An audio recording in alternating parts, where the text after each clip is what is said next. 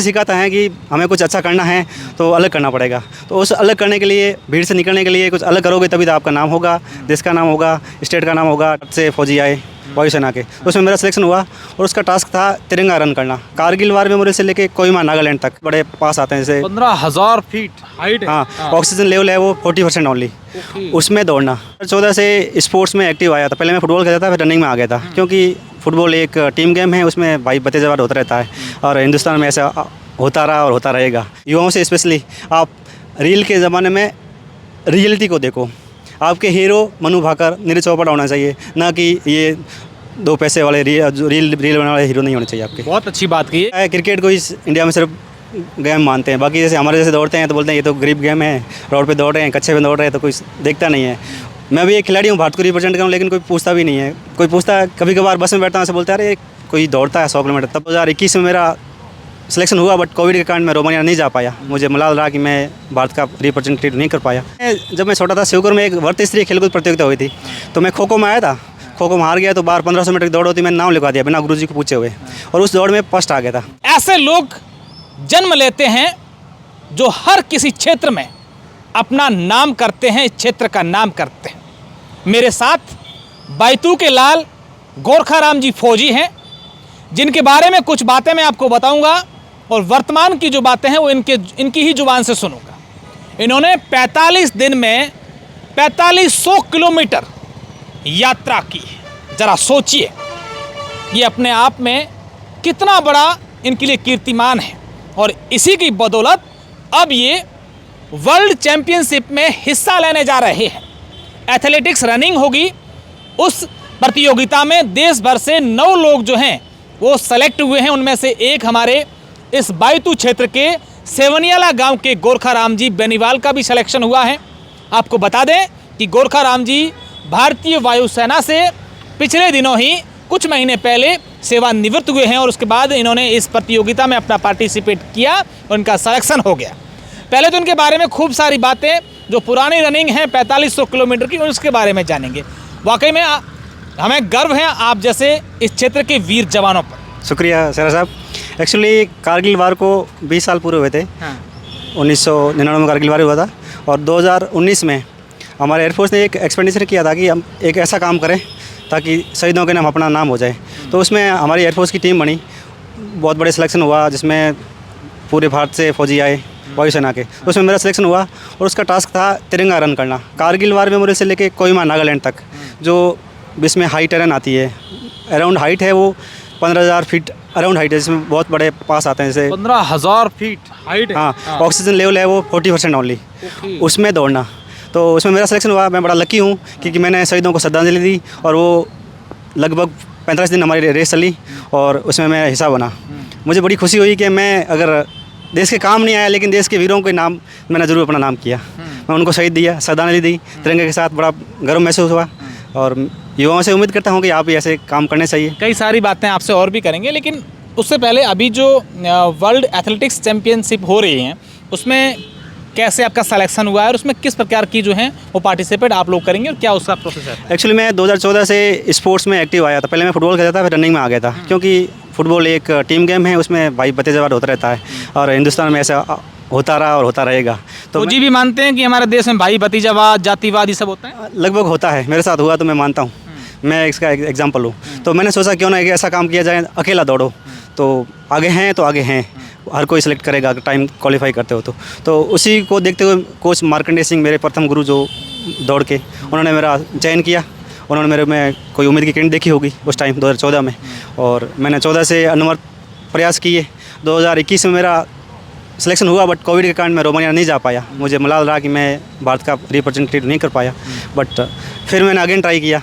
करत करत अभ्यास जड़मती हो सोजान रसरी यावत जावत छिल पर निशान। अगर बार बार प्रयास करेंगे तो एक दिन ज़रूर सफलता मिलेगी। तो उसी का हिस्सा होते हुए last year Asian Oceania open championship प्रतियोगिता हुई थी, उसमें मेरा रजत पदक आया था। और जो हमारा ये वर्ल्ड चैंपियनशिप है उसके लिए 1 साल का ट्रायल होता है, उसमें क्वालिफिकेशन टाइम होता है 7 आवर्स 30 मिनट्स का।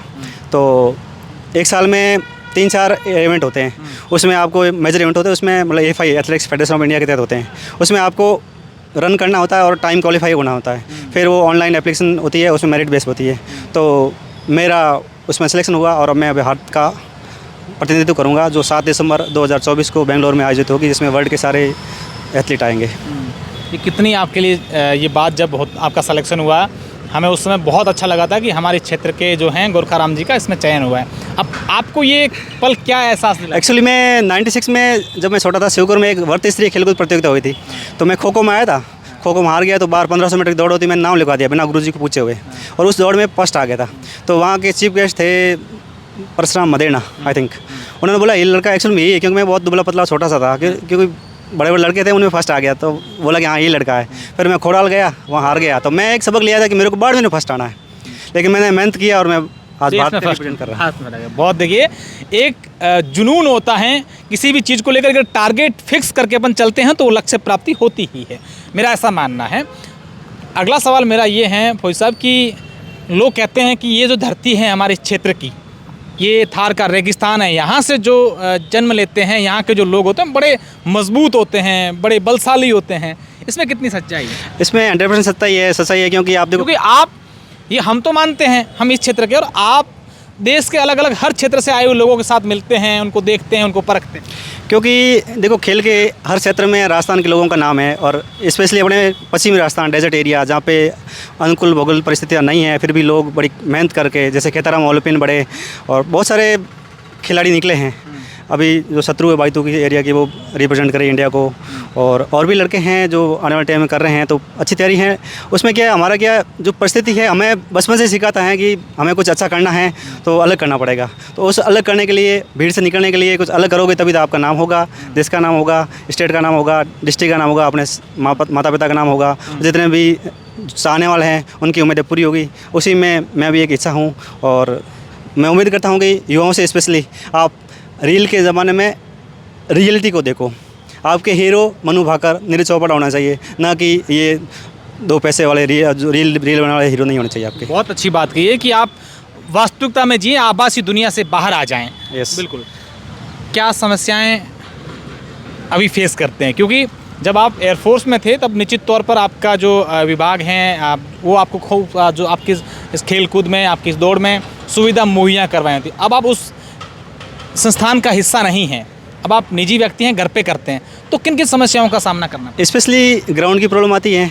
बाकी फाइनेंशियल तो मैं फौज में रहा तो इतना मेरे को फर्क नहीं पड़ता, लेकिन फिर भी स्पॉन्सर अगर उस लेवल में खेल रहे हैं इंडिया लेवल में, तो स्पॉन्सरशिप मिल जाती तो बड़ा अच्छा काम होता है। लेकिन क्या है, क्रिकेट को इस इंडिया में सिर्फ गेम मानते हैं। बाकी जैसे हमारे जैसे दौड़ते हैं तो बोलते हैं ये तो गरीब गेम है, रोड पे दौड़ रहे हैं, कच्चे में दौड़ रहे हैं, तो कोई देखता नहीं है।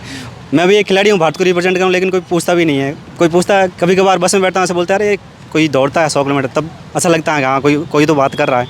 लेकिन मेरे हिसाब से सभी खेलों को बराबर तवज्जो देना चाहिए, ताकि हम ओलंपिक में और मेडल ला सकें। जिम्मेदारों को भी देना चाहिए और देश की जनता को भी देना चाहिए, ताकि आप लोगों का हौसला बढ़े और आप जैसे लोग हैं वो और सामने आएँ। अभी क्या शेड्यूल रहता है आपका यहाँ, आप जब घर में हैं? मॉर्निंग में वही 4 o'clock रनिंग जाते हैं, और अलग अलग शेड्यूल रहता है। मंडे टू सैटरडे का, संडे को तो वर्कआउट नहीं करते हैं, और अलग अलग वर्कआउट रहता है वो कोच के हिसाब से रूटीन जो है। तो मैक्सिमम मैं रोड पे ही करता हूँ, क्योंकि ग्राउंड में कमी है। तो रोड पे थोड़ी नींद की प्रॉब्लम होती है, स्पोर्ट्स इंजरी बोलते हैं जिसको। एक तो रोडें हमारी बारिश में टूट गई है, और बाकी ग्राउंड की तो हर जगह कमी है। मैं फैमिली में कौन है आपके? फैमिली में मेरी माँ है, मेरा बड़ा भाई है, और भाई के 3 बच्चे हैं, मेरे 2 बच्चे हैं, मेरी वाइफ है। बच्चे क्या करते हैं आपके? बच्चे मेरी बच्ची है, वो 11th में है साइंस में, और बेटा 7th क्लास में है, और भाई के एक 11th में है, और एक 7th और एक 8th में है। तो बच्चों को साथ में दौड़ाते हैं आप कभी कभी, चलो बच्चों उठो?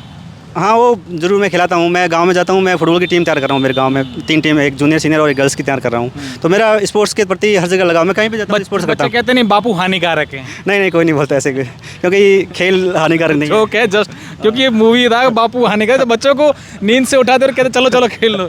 नहीं, उनको भी पता है कि अगर बाबू ने ऐसा किया तो हमें भी कुछ करना है, तो अलग करना पड़ेगा। नहीं, बहुत बधाई आपको, और उम्मीद है कि आप इस क्षेत्र के बच्चों को, आप जैसे टीम बनाई, आप बता रहे हैं, बहुत अच्छी बात है, और ऐसा करना भी हमारे लिए बहुत ज़रूरी भी है। अब मेरा आखिरी सवाल है आपसे, और उसके बाद अपन इस इंटरव्यू को ख़त्म करेंगे।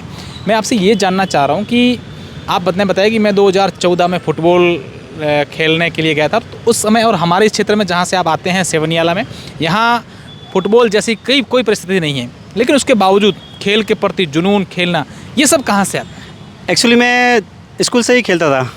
मतलब मैं 5वीं क्लास में था तब मैं खो खो खेलता था। उसके बाद मैं 6 से लेकर 12 तक मैं फुटबॉल खेला था। तो 2002 में मैं बाड़मेर में टूर्नामेंट आयोजित हुआ था, उसमें मैं टीम गेम का शिकार होता, मतलब बाड़मेर का बेस्ट स्कोरर रहते हुए मेरा सिलेक्शन स्टैंड बाई में हुआ था। तब मुझे बहुत दुख हुआ। उसी साल मैं बड़ौदा में जिला स्तरीय खेलकूद प्रतियोगिता 400 मीटर में मतलब फर्स्ट आया, लेकिन टाइम क्वालिफाई नहीं कराया, इसलिए मैं स्टेट नहीं जा पाया। तो मैंने एक सपना लिया था कि बाड़मेर में फर्स्ट आना है, तो बाड़मेर में फर्स्ट आया बट क्वालिफाई नहीं कर पाया। तो फिर फ़ौज में चला गया। फ़ौज में 10 साल तो नॉर्मल सोल्जर की ज़िंदगी जी, और 2014 में हमारा वेस्टर्न एयर कमांड है, दक्षिण पश्चिम कमान, वो उसकी टीम है, वो 5वीं हो गई थी। तो वहाँ के स्पोर्ट्स अफसरों ने बोला कि अच्छे टैलेंटेड लड़के खोज के लाओ, तो उसी खोज में मेरा सिलेक्शन हुआ और आज आप रिजल्ट देख रहे हो। एक पंक्ति में बाड़मेर की यूथ को जो आज कहीं ना कहीं राह भटक रही है सोशल मीडिया के ज़माने में, न जाने सोशल मीडिया पर क्या क्या चीज़ें देखने को हमें मिल रही हैं, इस नशे में हमें चीज़ें देखने को मिल रही है और गलत संगतियाँ हैं, उन युवाओं को क्या मैसेज आपकी तौर पर एक आइडल के रूप में? कम से कम 1 घंटा अपने लिए निकालो, हेल्थ के लिए निकालो और नशे से दूर रहो, उतना ही फ़ायदा है। बिल्कुल। तो ये गोरखाराम जी हैं जो निश्चित तौर पर आज ये इनसे बात करके हमें भी गर्व महसूस हो रहा है कि हमारे इस क्षेत्र के हीरो अब देश का प्रतिनिधित्व करने के लिए आगामी दिनों में रनिंग करके, इनको हमारे पूरे दर्शकों की ओर से, हमारी ओर से बहुत बहुत शुभकामनाएं। धन्यवाद।